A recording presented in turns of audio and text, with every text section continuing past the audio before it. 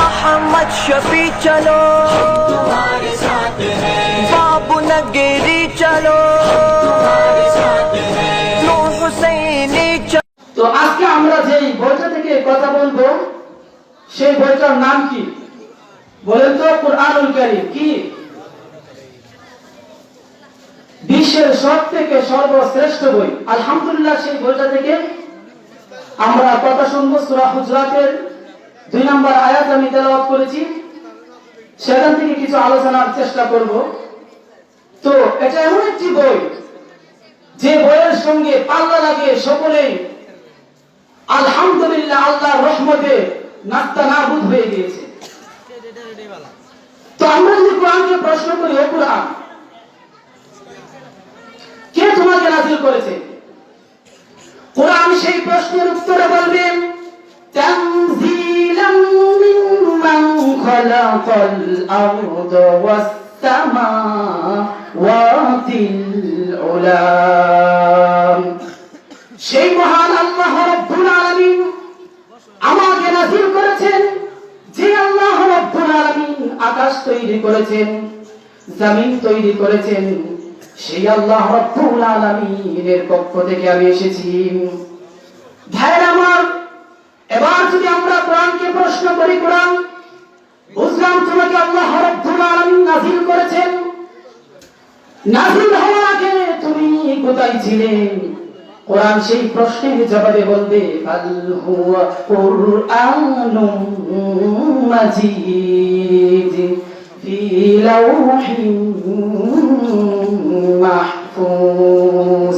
এটা একটা সম্মানিত কিতাব যেটা লৌহে মাহফুজে ছিল। এবার যদি আমরা কোরআনকে প্রশ্ন করি, কোরআন বুঝলাম আল্লাহ তাআলা তোমাকে নাযিল করেছে, তো এবার তুমি বলো তুমি লৌহে মাহফুজে ছিল, এখন বলো কার উপর তুমি নাযিল হয়েছো? কোরআন সেই প্রশ্নের জবাবে বলবেন ওয়া আমিনু বিমা নুজিলা আলা মুহাম্মাদ। আল্লাহ রাব্বুল আলামিন আমাকে ওই বিশ্ব মানবতার মুক্তির দূত রাসূল আরবি সাল্লাল্লাহু আলাইহি সাল্লামের উপর নাযিল করেছেন।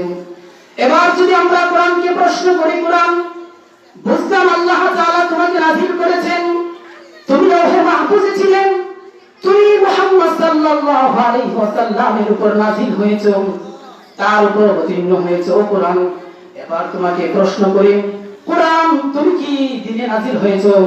তুমি কোন মাসে নাযিল হয়েছো? তাহলে আমাদেরকে বলো।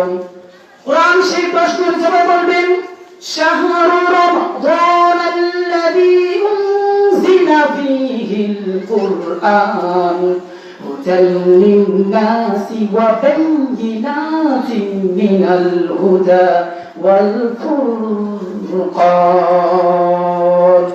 কোরআন অবতীর্ণ হয়েছে রমজানুল মুবারকের মাসে। এবার যদি আমরা কোরআনকে প্রশ্ন করি, কোরআন বুঝলাম তুমি রমজানুল মুবারকের মাসে নাযিল হয়েছো, এবার তোমাকে প্রশ্ন করি, কোরআন দিনে নাযিল হয়েছো নাকি রাতে নাযিল হয়েছো? কোরআন সেই প্রশ্নের জবাবে বলবে ইন্না অপর আয়াতে কোরআন বলবেন ইন্না আনজালনাহু ফি লাইলাতিল কদর। আমি কোরআন রমজানুল মুবারকে নাযিল হয়েছি, সাথে সাথে রমজানুল মুবারকের লাইলাতুল কদরের রাতে আমি নাযিল হয়েছি। এবার যদি কোরআনকে প্রশ্ন করি, কোরআন দুনিয়ার সব বইয়ের মধ্যে, সব কিতাবের মধ্যে সন্দেহ রয়েছে, কোরআন তুমি খুলে খুলে বলে দাও তোমার ভিতরে সন্দেহের অবকাশ রয়েছে নাকি? কোরআন সেই প্রশ্নের জবাব বলবেন যালিকাল কিতাবু লা রাইবা ফীহি হুদাল লিল মুত্তাকিন। This is the book, this is the scripture whereof there is no doubt in it and a guidance to those who are muttaqin। যে এমন কিতাব যে কিতাবের মধ্যে সন্দেহের কোনো অবকাশ নাই, আর সেই কিতাবটাকে মুত্তাকিনদের জন্য গাইডবুক করে পাঠিয়েছেন কে? চিৎকার দিয়ে বলেন কে? এবার যদি কোরআনকে আপনারা প্রশ্ন করেন, কোরআন বুঝলাম তোমার মধ্যে সন্দেহ নাই, এবার আমরা তোমাকে প্রশ্ন করি, কোরআন বলো তো দেখি হয়েছো? কোরআন সেই প্রশ্নের জবাবে বললেন, লিতুখরিজান নাসা মিনাদ যুলুমাতি ইলান নূর। I pray this is holy and sacred book and to you in order to lead the mankind out of darkness into the light. এই কোরআন আমি নাযিল করেছি যাতে করে মানুষকে অন্ধকার থেকে আলোর দিকে নিয়ে যায়, অর্থাৎ মানুষকে জুলুমাত কুফরের অন্ধকার থেকে ইসলামের আলোর দিকে নিয়ে যায়। সেজন্য আল্লাহ রাব্বুল আলামিন কোরআন আল কারীমকে নাযিল করেছে। চিৎকার দিয়ে বলেন আল্লাহু আকবার।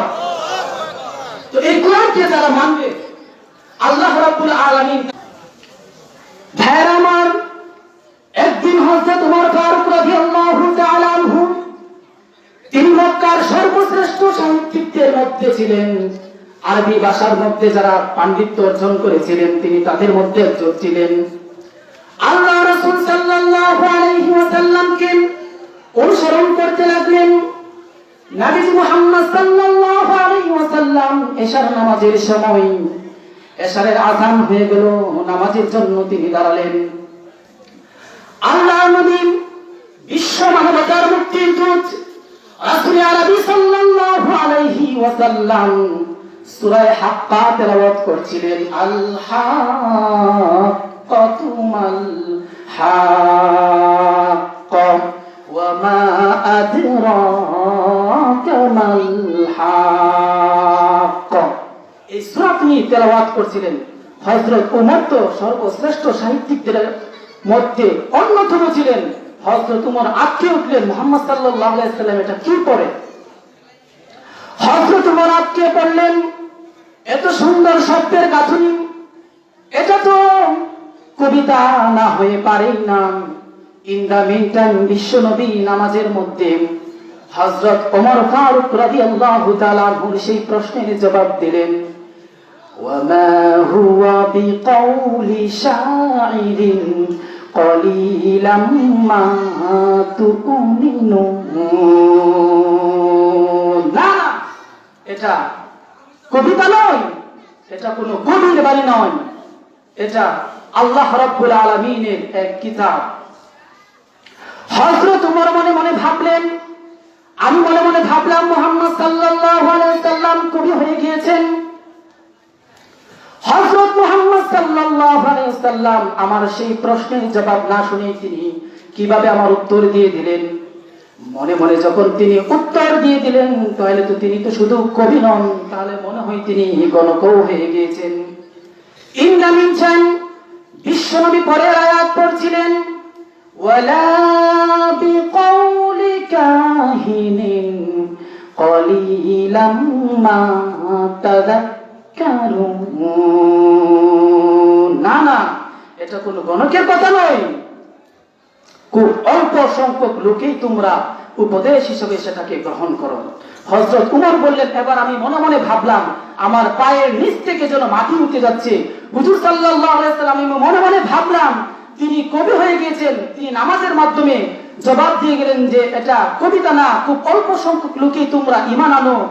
এবার আমি মনে মনে ভাবলাম যে মুহাম্মদ সাল্লাল্লাহু আলাইহি ওয়াসাল্লাম মনে হয় গণক হয়ে গেছেন, তিনি আমার কথা না শুনেই কিভাবে জবাব দিলেন। হযরত ওমর ফারুক রাদিয়াল্লাহু তাআলা আনহু চিন্তায় পড়ে গেলেন, এটা জিনের কথা না, কবির কথা না, গণকের কথা না, তাহলে এটা কি? ইন দা মিনটাইম বিশ্বনবী পরের আয়াত পড়ছিলেন, তানজিলুম মির রাব্বিল আলামিন। এটা আল্লাহ রাব্বুল আলামিনের পক্ষ থেকে নাযিলকৃত কিতাব। জুড়ে জুড়ে বলেন আল্লাহু আকবার। আলহামদুলিল্লাহ। পরবর্তীতে হযরত ওমর আল ফারুক রাদিয়াল্লাহু তাআলা আনহু মুসলমান হয়েছিলেন। প্রিয় ভাইরা, তো এই কিতাবের কাছে মক্কার তৎকালীন বড় বড় যে সাহিত্যিক তারা পরাজিত হয়েছে, জিনেরা পরাজিত হয়েছে। এখন হলো বিজ্ঞানের যুগ। তো তারা বিজ্ঞানের মাধ্যমে এই কোরআনকে জাস্টিফাই করবে যে এটা কেমন ধরনের কিতাব। তো ডক্টর জাকির নায়েকের গুরু আহমদ দিদাত তিনি একটা বই লিখেছেন, the ultimate miracle of the holy Quran. তিনি সেখানে লিখেছেন যে পৃথিবীর সবচেয়ে পাওয়ারফুল যে কম্পিউটার, সেটা হচ্ছে দ্য ক্রে-1 সুপার কম্পিউটার। তো এই কম্পিউটার দিয়ে প্রমাণ করবে আসলে এই কোরআনটা কি, কোরআনের মতো আরেকটা বই কি তারা পৃথিবীর মানুষের পক্ষে বানানো সম্ভব নাকি। তো তিনি সেখানে লিখেছেন যে এই কম্পিউটার দিয়ে আমেরিকার সেনাবাহিনীতে যারা চান্স পায়, তারা ম্যাথমেটিক্যালি ইকুয়েশন ড্র করার জন্য এই কম্পিউটার তারা ইউজ করে, ব্যবহার করে। তো তারা doctor Ahmed Deedat the ultimate miracle of the holy কোরআনে লিখেছেন যে কম্পিউটারের সব ইনফরমেশন গুলিকে কনসাইজ করে দ্য ক্রে-1 সুপার কম্পিউটারের মাইক্রোচিপসের ভিতর ঢুকিয়ে কমান্ড করেছে যে possible to create the book life কোরআন।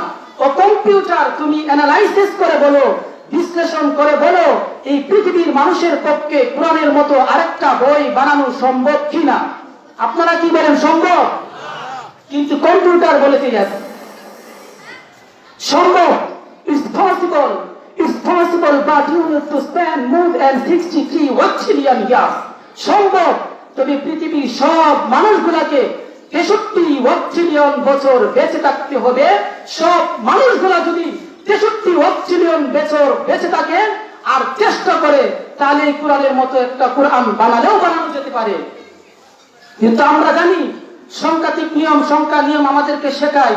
সংখ্যা শুরু হয় প্রথমে একক দিয়ে, তারপর দশক, তারপর শতক, তারপর হাজার, তারপর অযুত, তারপর লক্ষ, তারপর নিযুত, তারপর কোটি, তারপর মিলিয়ন, ট্রিলিয়ন, জিলিয়ন, অট্রিলিয়ন, তারপর হচ্ছে অট্রিলিয়ন। এই অট্রিলিয়ন 63 ট্রিলিয়ন বছর আমাদেরকে বেঁচে থাকতে হবে পৃথিবীর সব মানুষগুলাকে, আর চেষ্টা করা লাগবে পারহেপস মেবি সম্ভবত এই কোরআনের মতো আরেকটা কোরআন বানানো যেতে পারে।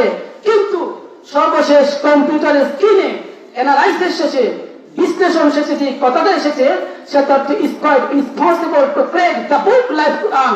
পৃথিবীর মানুষের পক্ষে 63 ট্রিলিয়ন বছর বেঁচে থাকাও সম্ভব না, কোরআনের মতো আরেকটা বইও বানানো সম্ভব না। The great is resource of power, the book of books, পৃথিবীর সব থেকে সেরা বই। তো এই কোরআনের সাথে আমরা সম্পর্ক করতে রাজি আছি?